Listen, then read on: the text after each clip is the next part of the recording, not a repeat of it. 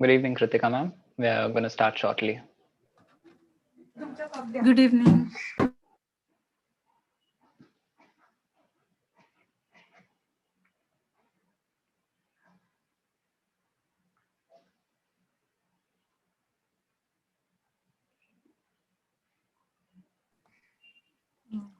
Sorry, I couldn't hear you properly. Did you say something? Yeah, I just wished you good evening and notified you that we're going to start shortly, Okay. like in a few minutes. Yeah. Okay.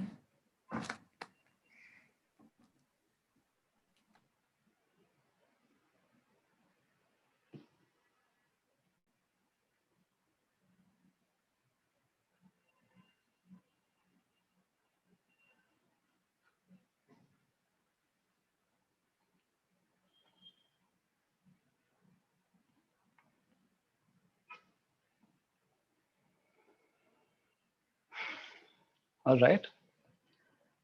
So let's start with today's session. An early good evening to everyone. Thank you for joining in for the series of webinars on the new labor codes.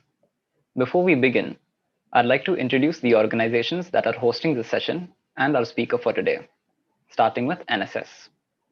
The National Service Scheme is a government-sponsored public service program conducted by the Ministry of Youth Affairs and Sports. Popularly known as NSS, the scheme was introduced in 1969 with the primary objective of developing the personality and character of the student youth through voluntary community service. Very appropriately, the motto of NSS is "Not me, but you."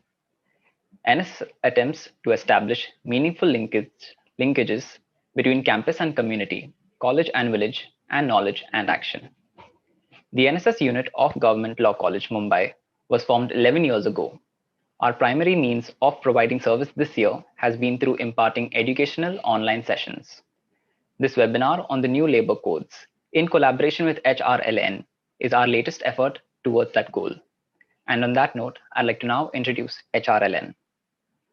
The Human Rights Law Network is an organization with an aim to create a justice delivery system that is accessible, efficient, accountable, affordable, and pro-poor. HRLN views the legal system as a crucial instrument for realizing human rights, but they recognize its limitations. Seeing the struggle of the marginalized, they participate in the struggle too, through various activities including public interest litigation, advocacy, legal awareness programs, investigations into human rights violations, and publishing Know Your Right materials. Speaking on behalf of HRLN today on the topic of the wage code, we have with us Advocate Aditi Saxena. Aditi Saxena has completed her bachelor's in law from KC Law College and is currently serving as the director of the Maharashtra HRLN unit. She's been an advocate on record in the challenge to the coastal road matter of Mumbai, as well as the matters pertaining to the housing of slum dwellers, non-eviction of street vendors, survivors of acid attack victims, matters pertaining to rescue of bonded laborers, and well, the list could go on. But it should be clear that when it comes to the subject of human and labor rights, we have a person of ample experience with us today, and we're glad to have you here with us. Before we begin, I would like to remind the NSS volunteers here that for the purpose of your attendance, you have to comment your name and college name as early as possible in the YouTube live chat. Take a screenshot of it and upload that screenshot in the feedback form, which will be made available at the end of the session in the YouTube description. All right. With that, ma'am, you may begin your session. Thank you, Neil. And I welcome all the students that have joined us today for this session or for a series of these sessions over the 4 days. Before I begin a session on code on wages, what I would like to tell all of you is a little history of Human Rights Law Network, which is the organization. A lot of you may not know, but the organization began and it stemmed out of big labor movements across the country. You had laborers going on mass strike, laborers demanding minimum wages and better working conditions. And that is exactly where our founders, Mr. Colin Gonzalez, Ms. Gayatri Singh, and Mr. Mihi Desai, became part of movements on large. And that is where the first brick, so to say, was established of the organization. So the organization in itself has a lot of experience and a lot of history in working with workers, in working with laborers over, various labor laws across the country. And today, of course, the organization has expanded just from Bombay, from Mumbai to almost all the states, almost 22 states, and we have a presence in almost all the states with our lawyers, with our activists who continuously support movements, who continuously, provide legal support to movement workers and, workers in general also. I'll tell you a little bit about myself. I was a journalist before I studied law and became a lawyer and started practicing in the courts of Bombay. So what I will do while I'm explaining you wage on code on wages and explaining how it has much significantly changed from the existing laws, I'll use media industry or press as an example so you'd understand much better that what happens when you dilute labor laws to the workers, to the industry in general, and how do the employers usually take advantage of dilution of laws to their benefit, of course. So give you, since this is your first session, I'll take the liberty before other speakers to give you a brief background of what exactly are we talking about here in these 4 sessions. We are talking about 4 codes that have been notified by the government of India, which is Code on Wages, which is Social Security Code, third one being Industrial Relations Code, and the fourth one is the Occupational Safety Health Code. Now these 4 codes have been in making since a very very long time, uh, you know dating as back as 2002 when the first time committee was set up to make provisions of code of wages, and the idea was to take 29 acts together and narrow them down to 4 codes, and of course retain some provisions, let go of some provisions. But let us not forget that this demand and this whole exercise has mostly been an industry perspective exercise. So when you have an exercise which is industry perspective, you could expect a lot of changes that have happened which would benefit industries rather than benefit workers. And ease of doing business remains the key to it. Keeping that in mind, I'd like to tell, I've just been informed that there are a lot of students who may not be law students and, probably want to study law in further, or even if you don't, you must remember that when you're dealing with a law, any law, specifically welfare law, there are 2 things that are most dangerous to a law. And the first one being ambiguous language.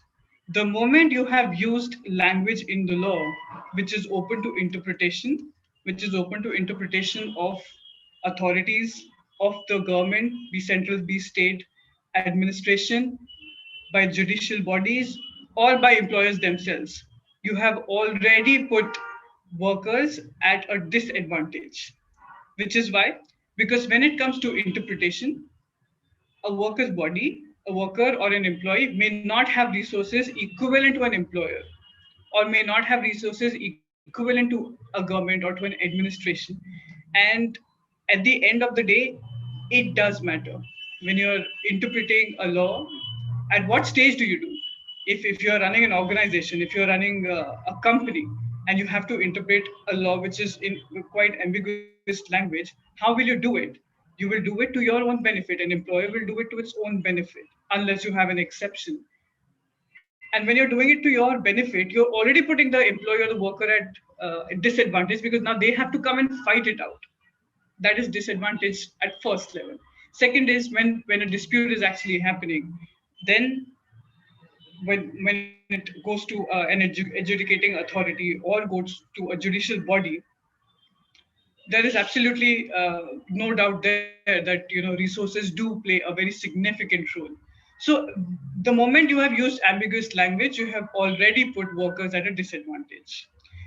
Second most important thing is that if you have given too much power to the government or to the administration, even as simple as deciding wages, even as simple as deciding which state is going to have what as minimum wage differently from another state, then that is another battle that the workers have to fight.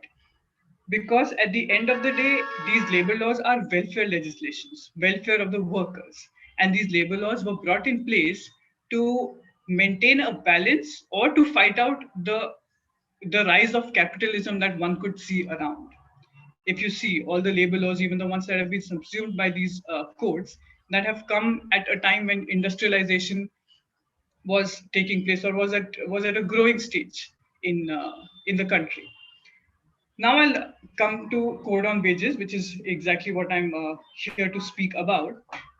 Now, see, this arrangement may not allow you to ask me immediately if you have a doubt, or may not allow you to ask me immediately a question, but you please feel free to ask the questions in whichever format you've been asked to. And otherwise, also, if we run short of time, we can connect otherwise, and I'll be more than happy to answer your questions. Neil, I'd request you, if I'm going too fast, you please let me know, because sometimes it may require us a little bit of shock to tell us to step back and probably slow down or explain in the language which everybody will understand. Now, the code on wages has primarily overtaken four central acts, which is payment of wages, minimum wages act, uh, equal remuneration act, and payment of bonus act.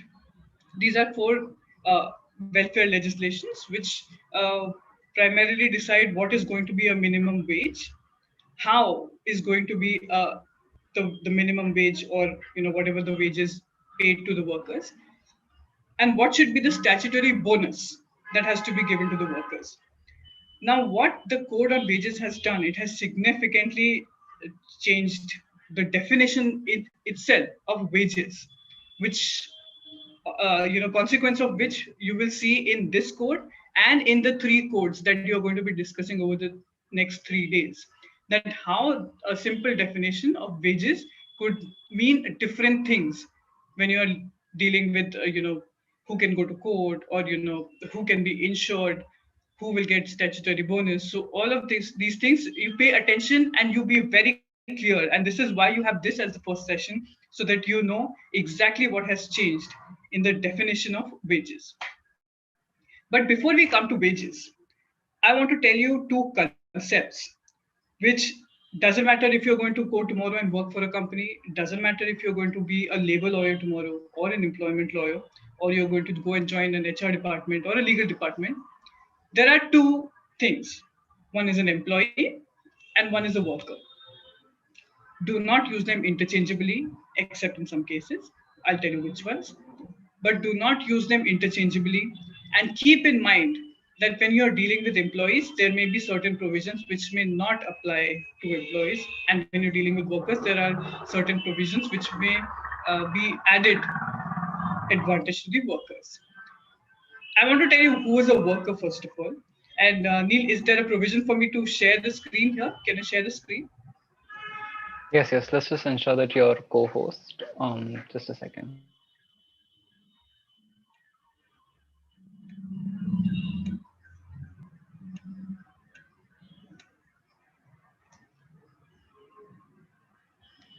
Shritesh, could you just make Aditi ma'am co-host?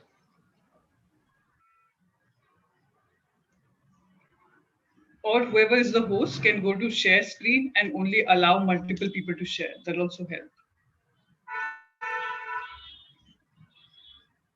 All right, ma'am, you've been made co-host, so I think it should be available to you now. All right. So I'm not going to bore you with a PowerPoint presentation, but what I want you to look at this code text itself and make an assessment for yourself. So when you're referring to a law tomorrow, you know where exactly look, you know exactly what to see in that act. So what you see in front of you is the definition of a worker.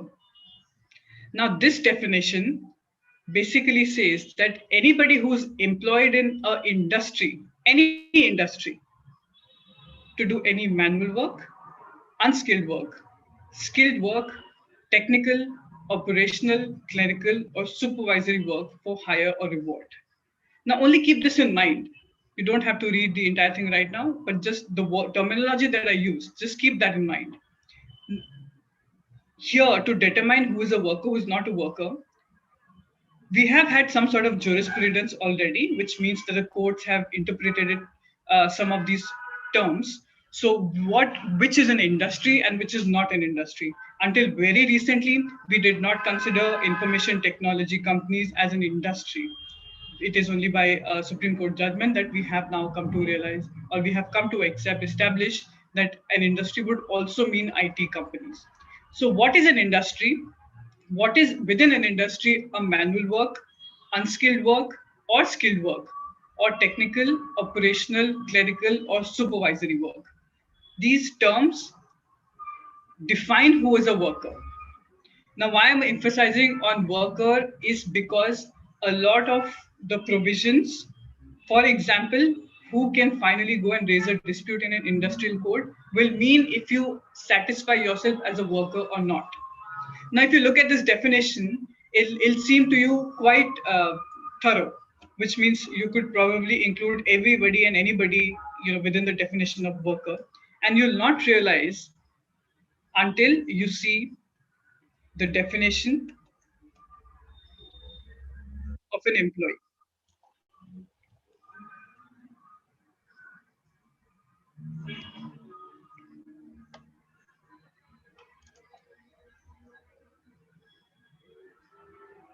And this, you have in front of you right now, is the definition of an employee. Just by the sheer number of words, you can make out that it's a much longer definition than the definition of a worker. But what is additional here? Now, additional here is first, you have to be employed on wages by an establishment. So now industry becomes employed on wages by an establishment. Second thing that differs is you not only have to be either in a skilled or an unskilled, but you could also be a semi-skilled, which we did not see in the definition of the workers. Then manual, operational, supervisory. This was included in the definition of worker, but administrative was not included. Managerial was not included. What does this mean now? Like I said, I'll use the industry that I was part of as an example to give you. If in a media organization, somebody is an editor, they are automatically in a position where they are in a managerial or an administrative role. They would not, so the company that they're employed with, or the government in some cases, they would come and they would fight tooth and nail to say that an editor would not qualify as a worker, and therefore the rights that are extended to a worker may not be extended to an editor because he is in a managerial role. Or if you are in an organization and if you are in the HR department, now HR department doesn't require a skilled semi or an unskilled work. HR department is a semi-skilled work and it is an administrative work because you are basically involved in administration of the entire organization.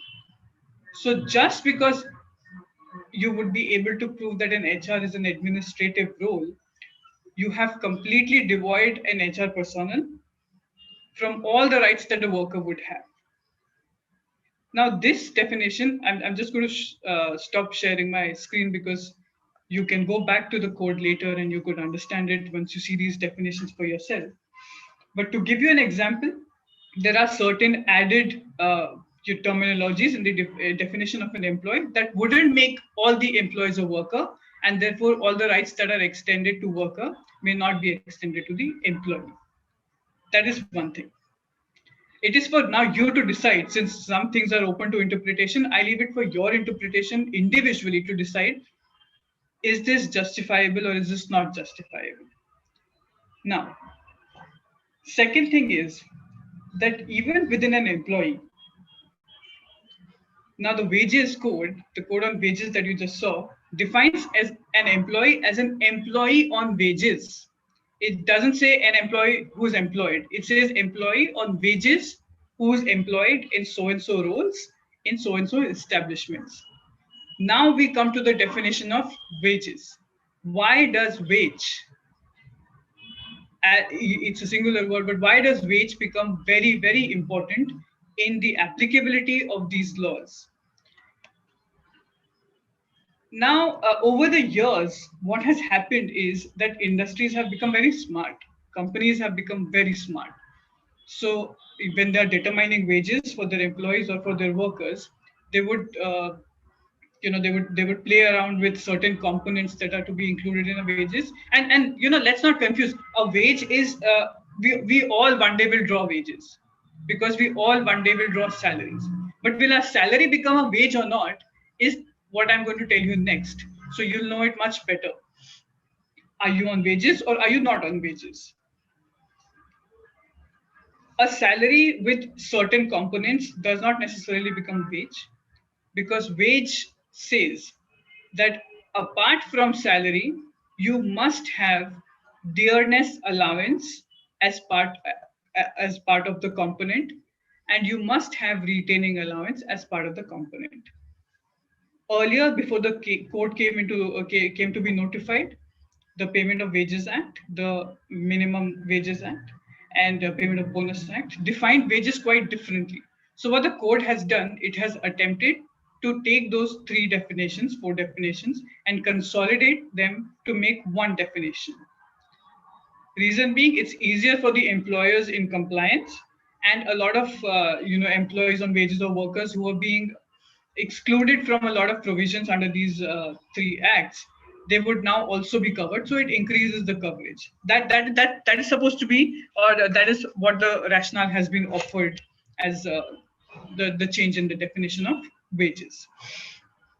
So unless an employee who's drawing salary, which includes dearness allowance or and retaining allowance as part of the salary, you are not on wages. You are only an employee, you are not employee on wages. And that is where a lot of employees get excluded from a lot of provisions that would be applicable to people who are employed, or to workers who would be benefiting from these provisions. All of you must have worked, or you may have interned, or you will intern at certain companies, and you learn certain terms as a variable pay, or you learn something as a bonus, or house rent allowances. Now, earlier, what was happening in the Payment of Wages Act is an employer or was allowed to have basic pay, dearness allowance. And just for everybody's simplicity, dearness allowance is a term which has been evolved over the years, but initially it used to mean food allowance. So the employers would give a certain food allowance to its workers, and especially factory workers, and that would mean today dearness allowance. So earlier in the Payment of Wages Act, you would have wages which would comprise of the basic pay, the dearness allowance, of certain bonus, of HRA. But what the new code definition has done, it has said that your remuneration is going to be in two parts. One is going to be wages, and one is going to be all the exclusionary or the external factors. The internal factors or the inclusionary factors of the wages is going to be your basic pay and your dearness allowance. Unless you have dearness allowance, you're not on wages. And this exclusionary or the inclusionary factor cannot be more than your exclusionary factor, which is bonus, which is HRA, which is any other sort of remuneration that you may get, that cannot be more than 50% of your total pay. Now, this has put employers in a fix. And why? And also the employees at a fix. Because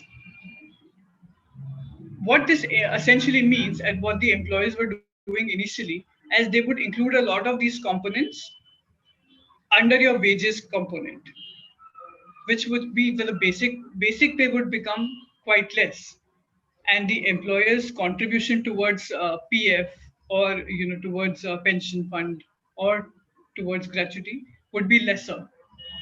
But now, when most of these components have been put outside of the ambit of wages, these contributions by the employer will increase. Now, some of you may know that when we speak of a provident fund or when we speak of pension fund, it is not only the employer's contribution, but equivalent is the employee's contribution. If an employer's contribution is getting increased, so is the employee's contribution. And what is happening for an employee is that the take home salary will be significantly then reduced. So this is a significant change that has been brought or that will eventually come once the definition is updated according to the Code of Wages. Neil, I think I've spoken a lot. Do you want to probably take a few questions if there are any? I mean, I'm just worried that the people, everybody may not understand. I have one question, right? Oh, all right. So this is regarding, like, all of this is for us. We are all students. We're going to become graduates soon. We might become an employee soon. And the idea that we could be treated differently based on this definition, that I could be treated as a worker. I would like to know how many rights does this take away from me? Like, if, say, suppose I were to go to court, and if I would not be able to be counted as an employee, rather I would be counted as a worker. It is still not clear to me exactly to what extent am I losing my rights. So could you give us an example? All right. See, first of all, assuming you're asking this question as a lawyer, now tomorrow when you go and you probably join a firm, it really depends on what your arrangement is. First of all, even before we get to what your arrangement is, you must determine for yourself: are you a worker or are you not a worker? Which means, are you in an industry, and also are you on some sort of a skilled or a non-skilled or a manual work where just one second, Neil. I'm getting some to admit requests. Am I to admit some people, or is there somebody else who's going to be doing No, that? ma'am. We have a technical head for that. You All can, right. yeah. Yes. So if you're speaking as a lawyer, first of all, you have to determine the industry that you're going to be working for. Does it qualify as an industry to be, included as a worker? Second, your role. Is it going to be a skilled role? Is it going to be an unskilled role, manual role, supervisory role? What sort of a role do you have to qualify as a worker? If you do not qualify as a worker and you're still on the arrangement of the wages, which means you are being paid salary, which has basic pay and dearness allowance as a component, then you become an employee. But if you're in a skilled role, or if you're in a manual role or clerical role, then you become a worker. Now, what does this mean for a worker and an employee is something that you'll actually learn, when you do the industrial relations code session. But just to give you an example, it is a mandate that if you are going to an industrial tribunal, or if you are raising a dispute under the industrial relations code, you must be a worker. If you are not, then that puts you at a disadvantage to prove yourself, first of all, that you are a worker within the definition of industrial relations code or code on wages. So my idea here is to tell you why these two definitions are different, so that as you proceed further, immediately when somebody tells you this is what a worker can do and this is also what an employee can do, you can immediately make that connection, that when they're speaking of worker, they're speaking of only workers, and when they're speaking of employees, they're speaking of employees and of workers. All right. Okay. Yeah. All right. I've checked with the YouTube chat. We don't have any questions as of yet. So just notifying all the audience members. Yeah, Niranjan sir would like to ask a question. So yes, Niranjan sir, you can unmute yourself and ask.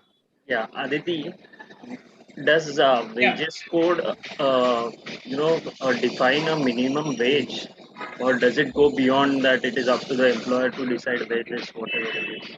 And also, what are the how the disputes are going to arise out of this, if they at all? Then is there going to be a tribunal where we should go, or do we directly go to high court? So, Niranjan, may I suggest you mute yourself because there's a lot of background noise. So, first of all, where should a dispute go? there has been a significant change in how the disputes are being dealt as far as the labor laws are concerned. This is something, again, you learn in an industrial relations code, but there is significant change in how these disputes will be dealt with. Your first part of the question was, is there a minimum wage which is defined? There is a minimum wage defined, but before I come to minimum wage, there is one concept that I wanted to speak about, which the Code on Wages introduces, which is called floor wages. Now, there is something called floor wages, which did not exist earlier, and now it has been introduced. Floor wages and minimum wages have a correlation, but that's why I would like to speak about floor wages first before we move on to the minimum wages. Now, there's a concept called floor wages, which has been defined, and the concept says that every central government will define a wage or a level of wage which will be called a floor wage, and your minimum wage cannot, which will be decided by the state government, that minimum wage cannot be less than the floor wage. Now, what does this do? This basically puts all the state governments on an unrealistic race, and the race being who is closer to the floor wage, which means if you don't have to have minimum wages lower than the floor wage, should you have a minimum wage which is significantly higher than the floor wage, or should you be at the borderline of the floor wage? And this is where things get very, very interesting. And I'll give you an example of this also. And these floor wages, let me, before I move on to give you the example. Now, these floor wages are not going to be a constant floor wage, but it is going to be determined on the basis of your geographical location. So if you're in, let's say, Mumbai, your standard of living is going to be much different for what it is when you're in Pune, or let's say when you're in Nasik. So floor wage will be different, differently decided for Bombay, will be differently decided for Pune, and will be differently decided for Nasik. So when you have floor wages and your minimum wages cannot be lower than these floor wages, state governments will be on a race to determine their minimum wages as close to the floor wages. So if I have, let's say, 200 rupees as a minimum wage, which is closest to 160 rupees of floor wage in Mumbai, and I have 190 rupees, which again is above the floor wage, but if I have 190 rupees decided for Pune, I have definitely given an idea to all the industries to open their factories in Pune rather than open factories in Mumbai. Or even if I have not given the ideas, this is something that the industries could or establishments could very well take advantage of. And this is something that actually happened in around 2005, 2006, when this is in Noida, where sorry, not in Noida. This is in Okhla, when in Delhi and in UP, when the floor wages became minimum wages became a little higher by the state governments than Haryana. Then a lot of these industries packed up their factories and moved to Haryana and started their factories in Haryana. And that is the reason, if any one of you have traveled to Haryana and from Haryana to Rajasthan or Rajasthan back to Haryana, you'll see there are a lot of industries that you'll see along the highway.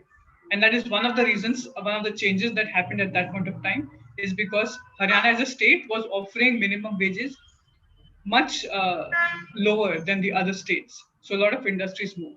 So, when you give government a power like that, and when you have central government decide the floor wages, that it cannot be minimum than this, but also there is no above threshold to this, you have automatically again put establishments or industries at an advantage that they could pick and select where they are going to establish their industries, which again results in a lot of migration happening in that industries. Niranjan would tell you much better. Than once the migration happened to these, to these packets where their industries are, you'll have a major housing problem where there are not enough houses, and then people are forced to live in extremely uninhabitable conditions, and the government will completely shred off their shrug off their shoulders to say we cannot take care of housing of so many people. So to determine wage is directly and absolutely proportionately correlated to how a worker or an employee is going to be living throughout his life.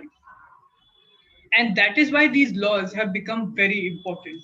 When you're determining a minimum wage, you must determine minimum wage keeping in mind inflation or keeping in mind a standard of living of a particular place. Now, if you have decided 178 rupees as a minimum wage for Maharashtra or for Bombay, we all know 178 rupees to not take care of food, shelter, health, absolutely nothing. Absolutely nothing. And this is not a family where we're speaking of family of four. In my personal experience, and Niranjan would back me on this, we have not had a family come to our office which has dealt with housing problems and is a family of only four. It'll always be more.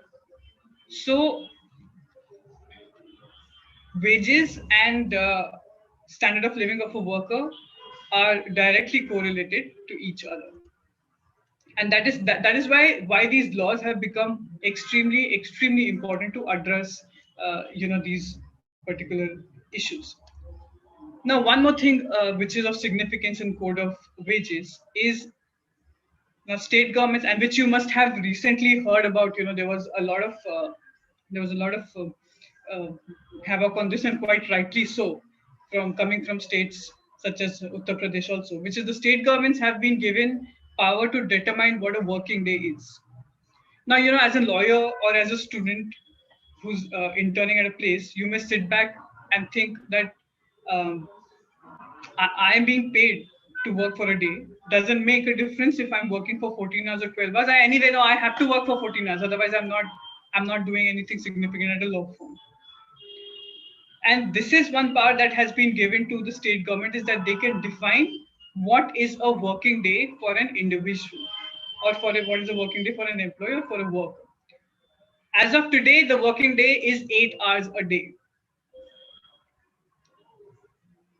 But a lot of state governments took advantage and they increased it to mean 12 hours a day. And this is where you may recall that there was a lot of people also went to court to challenge these ordinances which were passed, which said working day could be increased to 12 hours, and the workers and the employees will now have to work for 12 hours a day. So this is one extreme power that has been given to the state government. When you read these codes, this may not look like anything significant, or that could be misused, but this is exactly the kind of ambiguous language that I was speaking about earlier, that is more than often misused. Uh, do we have any questions, Neil, at this point, or should I go ahead and? So there is one question.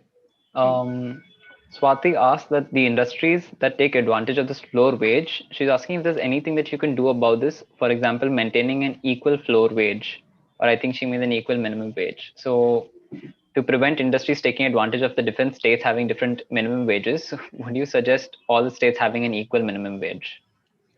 See, that wouldn't work in most cases generally. And let's take example of Maharashtra. Forget within Maharashtra, but let's take example of Maharashtra and let's say Odisha, for example. Your standard of living in Maharashtra and your standard of living in Odisha is much different. Health is a state subject, so a state determines what aspects of health is it going to take care of and what aspect of health it is not going to take care of. You are not going to get health benefits. You should, though. You're not going to get health benefits similar in Maharashtra and similar in Orissa. You're not, of course, population plays a very important role. Even if you get same health benefits, let's say as simple as availability of ambulance. One ambulance per 1,000 in Maharashtra will be equivalent to one ambulance per 500 in Odisha, just by the sheer number of population that exists. So, these things altogether make a standard of living in these different states quite different from each other. And that was the rationale behind deciding different minimum wage or different floor wage for different geographical locations. If you just look at Maharashtra, even in Maharashtra, if you're in Mumbai or if you're in Pune, and I'm not speaking particularly here of the working class. Working class is also included, but I'm speaking here of the workers mostly. Uh, between Mumbai and between Pune, there is going to be much significant difference in standard of living. And the idea to give wages depending on these geographical locations was that they should be able to meet bare minimum according to the standard of living of that particular area.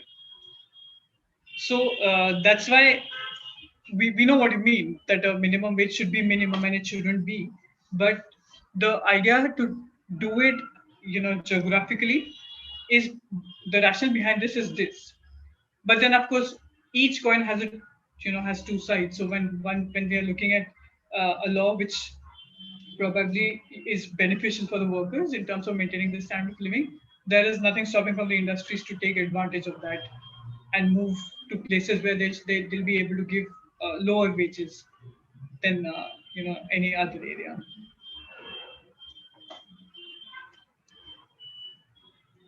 Okay, ma'am. Could you go on and tell us more differences that have come about with the change in the wage codes in the condensing from the 4 different acts? Correct. So, like I said, that mostly what has happened is you have the definition of the wages defined quite differently, and which has an impact of all your labor laws that follow from there. Apart from the basic definition of wages and significant difference being floor wages, is that now there will be difference in what an employee will have as a take home income, and what will be their contribution to the provident fund or to pension fund or to the gratuity. There are some things which are exclusive to the code on wages, which is that if an employee is resigning or he's being retrenched, then there is something called a full and final, which is settled at the end of your service period, and which usually the companies would take 2 to 3 months, or in some cases 15 days to settle. Now the code mandates that you have to do it within 2 days. So that is one of the significant differences that have come from code of wages.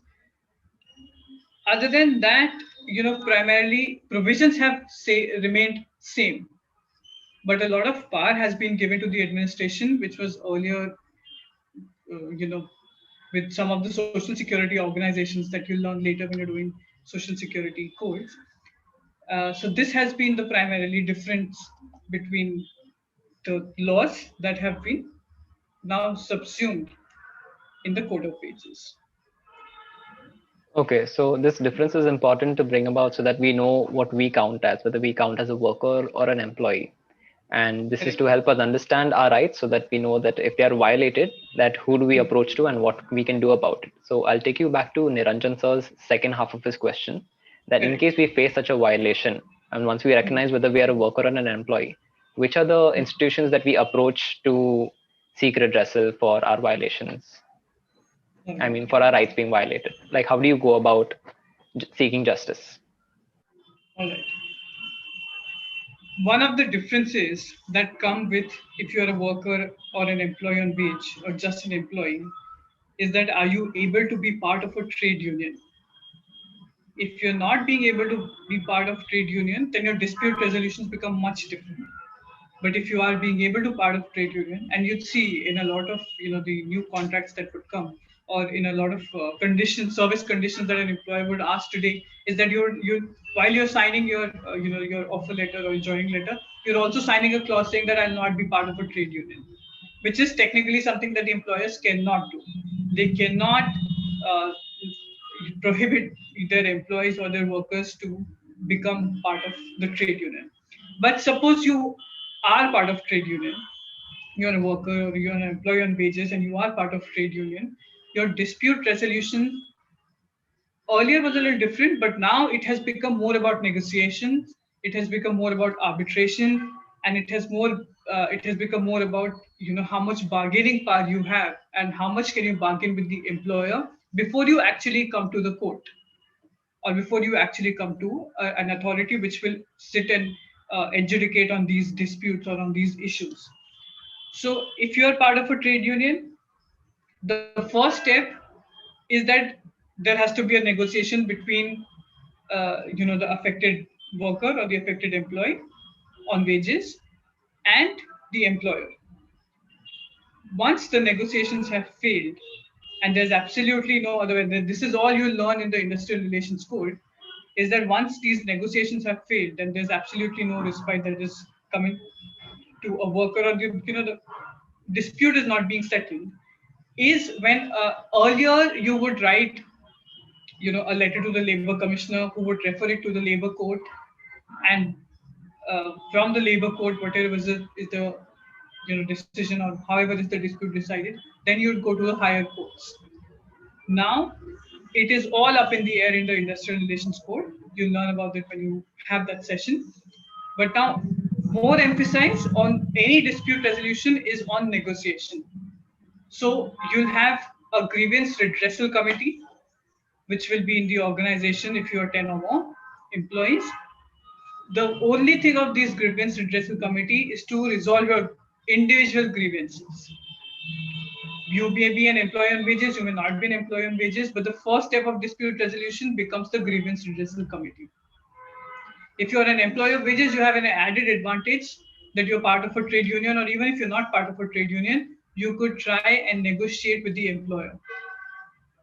Now, this negotiation you have to understand, and there's a very significant term that is used, which is the bargaining power or the collective bargaining power, which is one concept which is also being attempted to dilute through these 4 codes that have come. And you'll learn about this again. I'm saying this again and again, but you'll learn about this more when you do the industrial relations code. But this collective bargaining power or the bargaining power is becomes very important when you are dealing with an employer, because he's at a position of power already than you are. So if you're part of a trade union, you have the advantage of a collective bargaining power. If you're not, then you have the disadvantage of not being a collective bargaining power, but you still have the advantage of a bargaining process. Now, after this bargaining process, if there is absolutely no amicable solution that has come, and believe me, in most of the cases, it is not. Because who is going to bend down? An employer rarely bends down. And a worker is more than often dissatisfied, with the negotiations on how they will end. Then you would have labor commissioners, labor courts, and then higher courts in that hierarchy. Now, what happens in the industrial relations code is you have the bargaining, you have the negotiation stage, and after that you go to an authority. Today we do not know what that authority is going to be. There are rules that are in making. They're not been finalized yet. But today we do not know who that authority is going to be. God forbid if it's an authority which is decided by the government from one of its government officers and sitting there and adjudicating disputes between an employer and an employee, then the chances, the odds of a government official favoring an employee over an employer are almost negligible.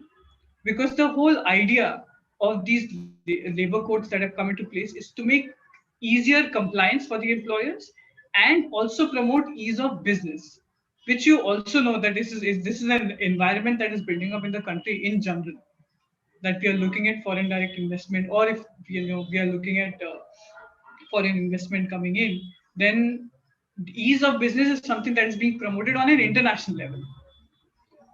That becomes the core of these labor codes. So if you have an authority which is different from an objective authority, or is an officer of the government itself, then the whole point of that stage or the whole point of that adjudicating scenario is defeated. And frankly, for a worker, for an employee, or for even for trade unions to be able to climb up in the judicial body's hierarchy becomes increasingly difficult as they go further.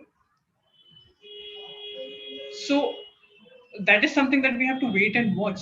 We know for a matter of fact that the dispute resolution is going to become more about negotiations and less about more about negotiation and arbitration, and less about going to courts and resolving these disputes in courts.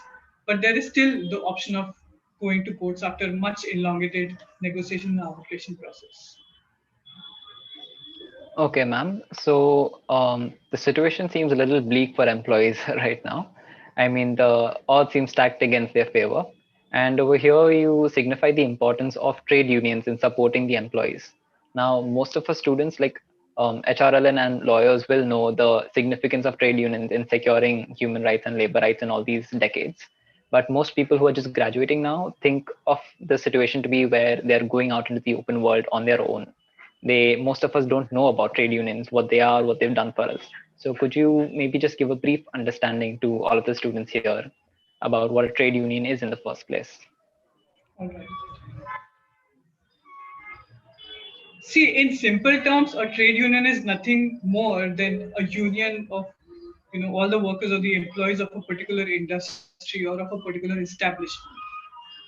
But the advantages of trade union is something that you saw in 60s and 70s and 80s, which is that because of the pressure that the trade unions eventually built on different state governments or even on the central government, you had minimum wages law that came into force, you had payment of wages law that came into force, you had basically all the laws that are now being subsumed in all these four codes. All of these laws, all of these welfare labor laws were a result of the continuous trade union struggle or persuasion that has led to workers being able to uh, demand their right, that has led to workers being able to demand equal wages, and that has led to the workers being able to raise disputes against the employers. The advantage on a practical level, the advantage of trade union really is this, and which is quite significant, is that as a sole worker, if my or as a sole employee, if my right is being violated by the employer, let's say as a woman, if I'm entitled to a maternity benefit, and the employer just turns around and says, "Madam, we are very sorry, but if we cannot have you do this work, we will have to hire somebody else to do this work, and therefore we will pretend we don't know you are pregnant. We are just letting you go." And that's why now I'm being denied of my maternity benefit. So what do I do if I'm part of a trade union? I could take support from the union. I could take support from the union leaders who would pressurize the employer to not do this injustice to me, and who would pressurize the employers to give the due that I'm entitled to. Once that pressurizing has not worked, then trade union, as an individual employee, maybe I do not have the resources to take it up in court or take it up with the labor court or the labor commissioner, but trade union as a collective could also take this up on my behalf. So one of the most significant advantages of a trade union is solidarity and the collective bargaining power. And Manil, what you asked, that what is the advantage of a trade union, since so many years, is that all these laws have actually been a result of all the trade union struggles. Today, we do not see, trade unions. We should though, but we do not see trade unions as active, or new trade unions being formed. You may have recently, read a interesting news article that this is for the first time in the US that has happened. That Google, 300 employees of Google have come and they have formed their trade union. Now that is the first in the world for any, technology-related company to have seen. And the fact that today those 300 employees have come together and formed a trade union in Google is is a result of two things. One is the basic understanding of what it means to have a trade union and how they could support not just themselves but other workers or the other employees of that one organization. Just by making a trade union, and second, by Google not prohibiting them to make a trade union. So these are the two things which are the need of the hour if we want to continue to have trade unions in in the industries going further. And as we go further, we'll have new. So today, if you have a company that is solely based on artificial intelligence, for example, it, it'll take us some time to establish that one company as an industry, or to establish artificial intelligence as an industry on its own. Until then, until then, when you reach a point where it's not an established industry, you cannot have a trade union in that industry. So it is very important to understand what a trade union does, what are the advantages of the trade union. Also, it is very important to understand why does an industry not want a trade union. And this is a trend that started in the US much earlier when they were going through recession. Is one thing is they had these people who would come and talk to the employees and basically discourage them from unionizing. And employers know that once a trade union is formed, there is no force greater than a trade union to enable all the workers and the employers to ask for their right. It becomes supremely important to understand what a trade union can do, and it becomes again supremely important to be able to fight against the employer to let the trade union form. So I hope that answers the question, or I hope it's clear to the people who are not familiar with the world of trade unions. Yes, that definitely helps. Ma'am, we have a question from our program officer, Kritika ma'am. So, Yes, Kritika please. ma'am, you may unmute yourself and you may ask your question. Am I audible? Yes, ma'am, you are. See the new wage rules, they have made certain changes that the take home salaries of employees are going to come down from the next financial year, but the Correct. post retirement benefits will increase. How do you think they stand taken by the new reforms? What is your opinion, whether it's in good or it would be difficult financially for employees? See, again, this is one thing that is to each his own, frankly. If I have a family of 5, or if I have a family of 6, and I intend to work at a place for, let's say 15 to 20 years, I know when I leave from there, I have a significant retirement corpus that is available to me. And I could be taking advantage of that. But really, I think, if an employee's take home should be increased or decreased, there should have been some power given to the employee to decide that for themselves. But that is completely missing from the code. Not that that was the case earlier, but they could still choose certain components that they want or they don't want. But as of today, how does it affect the employee? Of course, it affects the employee quite in a disadvantaged manner because you're taking home on a monthly basis much lesser. But one of the advantages is that the contribution to the provident fund or to pension fund increases on behalf of the employer. So you will have a bigger retirement corpus. So what you said is correctly, and an answer to your own question. These are the two things that will get impacted the most. But how each employee looks at it is really up to their own, their own situation. Ma'am, on that note, I have a question. Um, right now, our economy is facing mainly a demand side problem, right? That we have companies that can manufacture cars and everything, but the people do not have enough money to basically have the purchasing power for their demand. So, such a change where it reduces the amount of cash you have in hand so that you have a future payload, wouldn't that further worsen this problem where now people have even less money than they would otherwise? So there are two things, Neil, really. One thing is, what are you taking home? And the other thing is, what is happening? What is this provident fund, or what is this pension fund? Is this some bank account where you are putting in some amount and the employer is putting in some amount and it's just out in the open for everybody to see?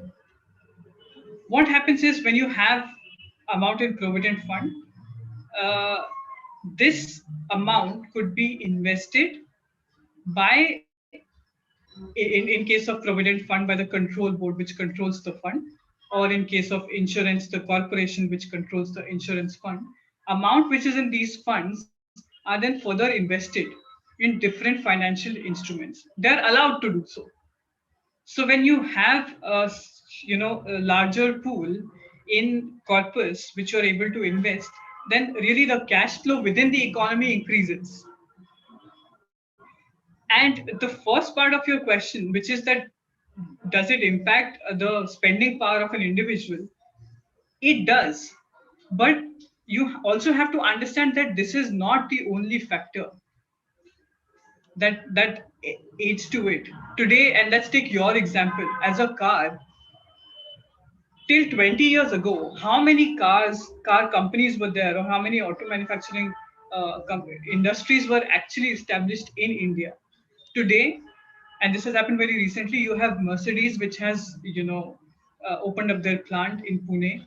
Then you have Audi, which has opened up. So this demand is also because you have more production on one side, and less spending power is also factor of many other things. Today, even if I'm able to buy car with my less take-home salary, am I being able to afford 92 rupees per liter of petrol in Bombay, which, by the way, has increased in the past 1 year, significantly from 83 rupees to 92 rupees?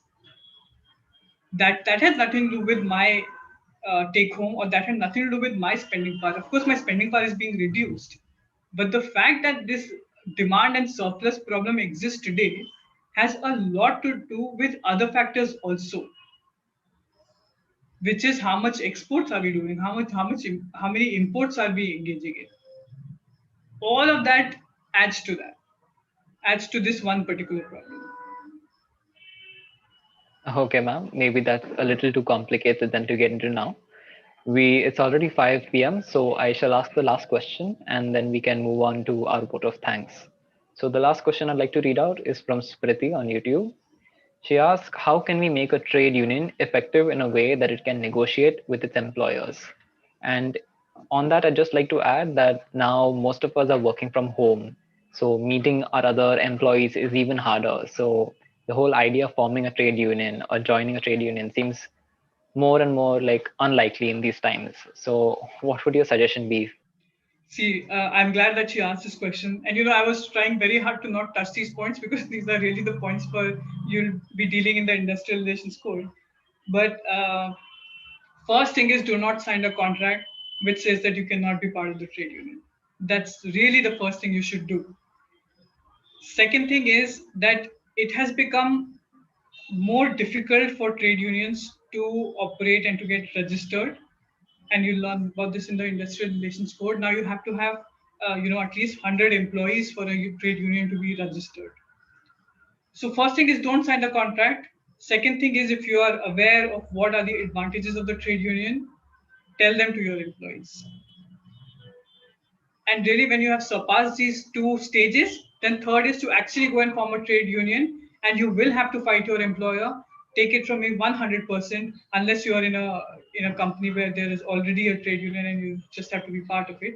If you're starting your own trade union, or if you want to start, initiate a trade union in one of the industries, first thing you will have to do is do not sign the contract, generate awareness, get people together, and then of course you'll have to fight your employer to be able to make that trade union, because they will do everything in their power to deunionize the trade union that's even remotely forming. All right, ma'am. Thank you so much. I'd like to let everyone know that we are going to make the feedback link available in the YouTube description. And with that, we would like to move on to our vote of thanks. So thank you so much, Aditi ma'am. Shreya, you can come and mute yourself and give the vote of thanks. Thank you, Neil. So, good evening, everyone. I, Shreya Vaman, on behalf of the Government Law College National Service Scheme Unit, thanks Advocate Aditi Saxena. Today, Advocate Aditi Saxena gave us an opportunity to understand the details of this wage code, to understand the various ground level realities involved in this process, and also at the same time how a single definition can change or affect various things involved in the process.